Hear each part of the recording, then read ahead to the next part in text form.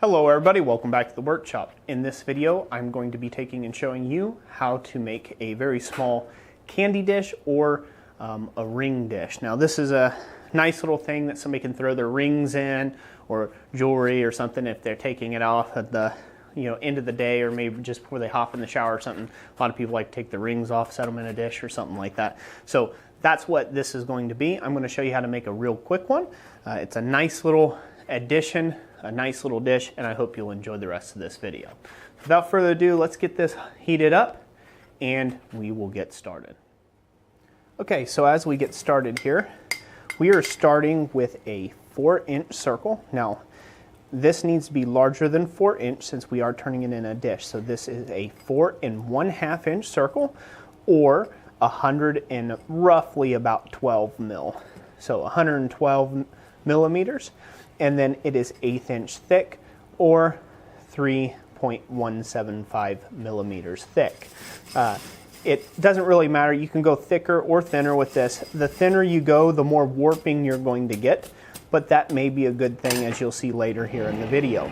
So we're going to go ahead and get this nice and heated up, and we want this to have a really nice even heat all the way around. Next step, we'll be over at the anvil. Okay, so now I've got a nice even heat on this piece. What we're going to have to do now is we're going to set it over this radius edge block that you see here that goes in the hardy hole of the anvil. I had to pull that out. It's a fairly simple block to make. You can just do this over a large piece of square stock to whatever is your desired size. I just happen to have this for the anvil, so that's what I'm going to use. It can be a large end of a square swedge block with the edges taken off to roughly about an 1/8 inch to 1/4 inch radius on all sides. What we're going to do is we're going to take and set this down in there. This is actually going to create a depression, and we're going to hammer down the metal around it. So I'll show you what I'm talking about here. Our first heat is basically going to be eyeballing it, okay? And what we're trying to do is get this set up roughly in the center, and we want to hit to the edges of that piece, to that square piece there. We're going to get it set on there, adjust as needed. So we're going to try to hammer this down around that square piece. Don't worry if you get it a little mixed up a little bit or it's a little off center. You can always correct for that in the next or progressive heats. Now this is completely free forming this at this point in time. Okay, so you got to give it some time, but what we're wanting to do is create a square depression in that. Now this is what you can do contrary to if you don't have a swedge block, something you can sink something in. The easier way is to take and have, say, a round piece of pipe with the edge rolled over, like this cupping tool we made in a previous video. I'll leave a link to that right here if you want to see how that's made. Doesn't go in the anvil. And then using a square block, someone like this, and just hammering it down into that depression. That is a lot easier way of making these. But not everybody has those luxuries of having all these tools, and just about anybody can find a square block. So that's enough said about that. So that's kind of the ideal behind it here. I'm just going to do it this way, which is technically the hardest way on earth to do this. Unless you were blind and didn't have arms. That's about the only way it would get harder from here. Excuse me here, still got the sniffles, getting over my cold. So you might hear me cough and sniffle just a little bit. We'll go ahead and get this brought back up to temp, bring it out of the fire, go back to our previous place that we were trying to hammer forward. And again, we're aiming for just to the edge of this piece, and we're trying to drive that material down.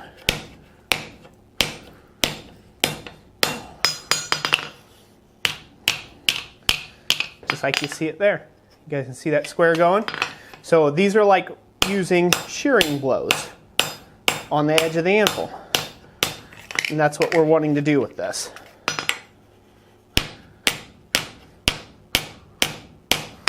We're going to have to heat this up quite a bit more here to take it the rest of the way. you guys will see the point. Hopefully you guys can start seeing that depression showing up there. So let's go ahead and get this hot again.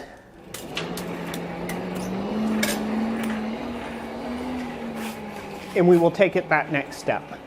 Hopefully you all are enjoying this quick demonstration so far. Now we're going to refine that square a little later on by basically getting a block of steel, square like this, and hammering straight on the anvil with it to take and drive that bottom nice and flat. That will help pronounce that block quite a bit. So that will be coming here in just a moment.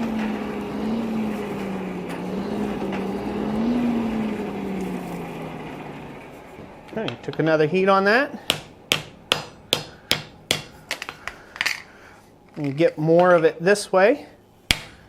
Like I said, if you need to adjust it, just move it a little bit until you get it adjusted. We want this to take and have a natural puckering happen, so don't try to fight these puckers. It kind of adds to the effect of this little dish, this little ring dish. And again, you can make this whatever size you like.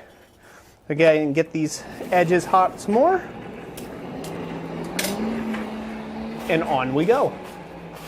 So just keep repeating this process until you get to the next step, until you get to a desired depth. So I'm going to go ahead and keep hammering on this here. And then we will come back and go to driving it down flat on the face of the anvil. Pull this out one more time. As you can see in a coal fire, it doesn't really take that long to make these things happen, which is nice. That's what we want. We don't want to take a ton of time to do this. We just want it to work like we want it to. And now you may be saying, Roy, what about this undercut that you're starting to get on the back side? The purpose of this piece is to be very artistic, okay? Now, artistically speaking, it's meant to be a heavy forged piece. This means people want to take and see this piece being heavily forged on.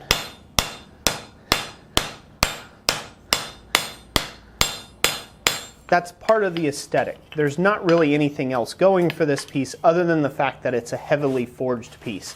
So you're leaving in some of that undercut on the back side to kind of show how the piece was created. It's a little artistic effect that you can do, but there you go. You can see that this ring dish is already started. Now, you can see here I didn't do as good a job because I kind of got that a little off-centered, but that's perfectly okay for it to be a little off-centered. It's not a big deal. I can move that more to center by coming over here and taking a little more bite on this side and moving this line over and moving it over this way a little bit. So bring the whole thing this way just to fuzz, and that'll help center that right back up. So we'll go ahead and get that hot one more time. I'll take the opportunity to do that, and we'll be back at the anvil to flatten out that bottom. Okay, so we have this piece nice and hot again. I fixed out where I wanted it to go over a little bit. And now I'm going to use the aid of a set hammer. If you don't have a set hammer, again, you're just using that block, which is just fine. I just happen to have a set hammer at the handy, and it's easier for me than what it is to use a block. Go find a block. I don't have the proper material size for this. So we're going to use what we have, which is the whole point of this video. So we're going to drive this whole piece down, continuing to just try to square out that bottom and square up the bottom piece. We're basically just ironing this whole piece out. And technically, you shouldn't be using your forging hammer. I broke my cardinal rule. Just like that. Nice and horrible of me. There you go. Now you got a nice flat bottom to it. Shouldn't rock around a whole bunch. I will have to do a little bit of straightening of this edge to kind of get it to give me a little more of the look that I was going for. It kind of buckled a bit too much in one dimension. So we can easily solve that here on the anvil.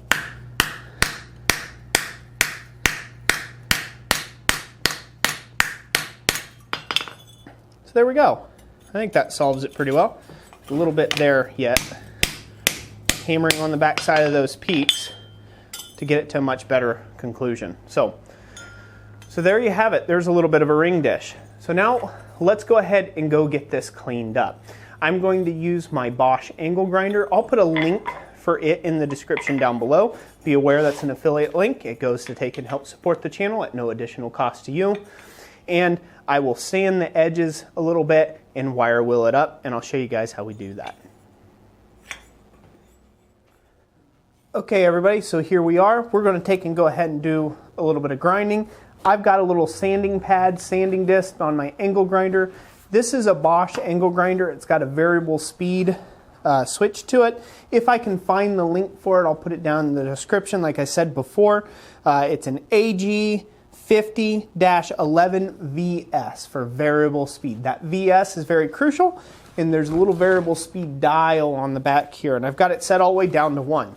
So this is going to get a little loud, so you may want to turn your headphones down, and we're going to clean up this edge. Now, I've already done the wire wheeling to this piece once and did my texture. I will plan on doing a pro tip video on this type of texture in the future, but you can see it looks really grody, like I don't know how you want to say it, but it looks basically I burnt the steel. I burn it for a surface texture. And again, I'll go over that in another video. Unfortunately, my camera battery died, and I just got it charged again to take and be able to do this. So I'm going to finish up by go ahead and getting this edge really nicely sanded. So we'll lock this in the vise and start a little bit at a time.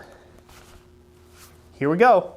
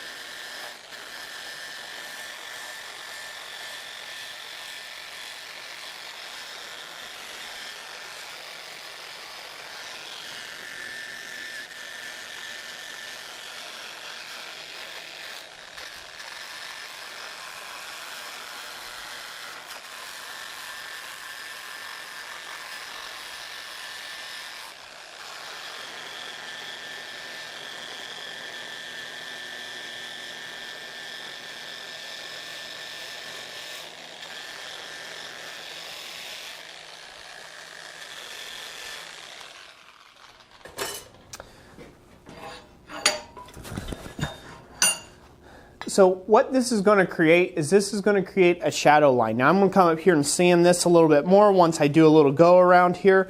But what it will create is it will create this form of like a shadow line. So we'll have a really shiny edge, and it'll sharply contrast the inner roughness of the bowl.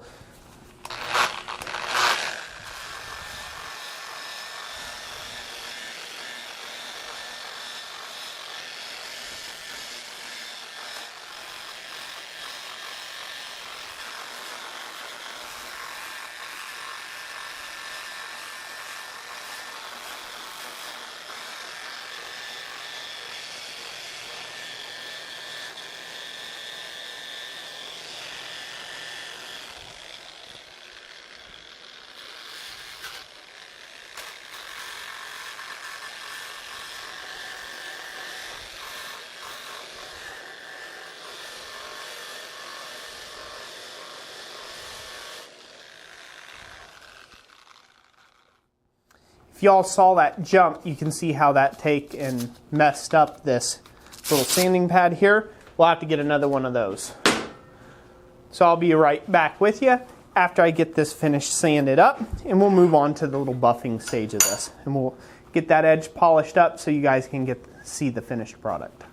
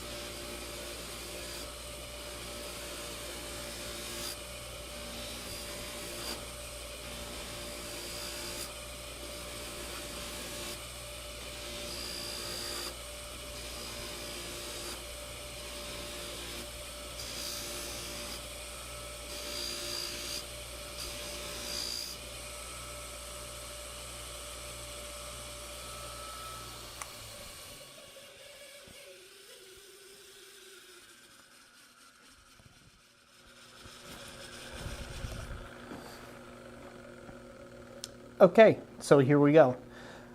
Hopefully you all can see this pretty good. Hopefully that's in focus enough. It looks like it is. But now you can see how that little bit of glint around the edge, that nice polished edge, really takes and gives it some dimension. Now, when I take and spray paint this with a little Rust-Oleum clear coat, it's going to darken all the colors that you see here now. What you saw me doing on top of the scale with the polisher was burnishing the steel. And it gives it this little bit of kind of a brownish look to it. It just kind of gives it a different type of hue. So it brings out some of the little bit of the rusting color that was in this from the forging scale. And it also darkens down that gray look there, which I find it to be a little more attractive looking like that. If you also notice, I didn't do the center of this because, again, it draws the eyes. So we're playing the light to dark to light. So we're playing light to shadow to light, okay? And what that does is that helps draws people's interest to the piece versus this just being some random piece of scrap steel laying on their shelf. I find that this tends to help people out a lot better, and they generally like and appreciate these items a little more. So that's it for today's video. I hope you all enjoyed this little tutorial on this. I will spray paint this, obviously, and you know, it'll make a nice little ring dish, something like that. Spray painting is a must for this if you're going to be using it in a wet location or an environment like a bathroom where it gets really humid and stuff like that. So I would just encourage you to watch, go ahead and do the finishing there. And if you need help with all sorts of other different types of finishing techniques, I encourage you to check out the rest of the channel. I've done just about a video on everything there is to be done out there in blacksmithing, except for the things I haven't done yet. But there's over 1,000 videos on the channel for you to enjoy. I hope that you'll find some of them helpful to you. At any rate, God bless you all. Thank you so much for watching this video, and as always, we'll catch you on the next one.